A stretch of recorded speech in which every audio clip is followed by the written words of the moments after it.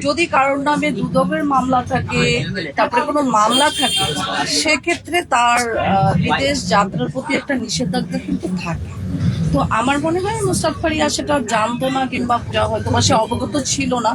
তো আমি বলবো যে শিল্পীদের আসলে রাজনীতি করা উচিত না। আমরা যে প্রফেশনে আছি, আমাদের প্রফেশনটা হচ্ছে বিনোদিত করা জনগণকে। তো এই প্রফেশনের বাইরে আরেকটি প্রফেশন গ্রহণ করা আসলে আমার উচিত না।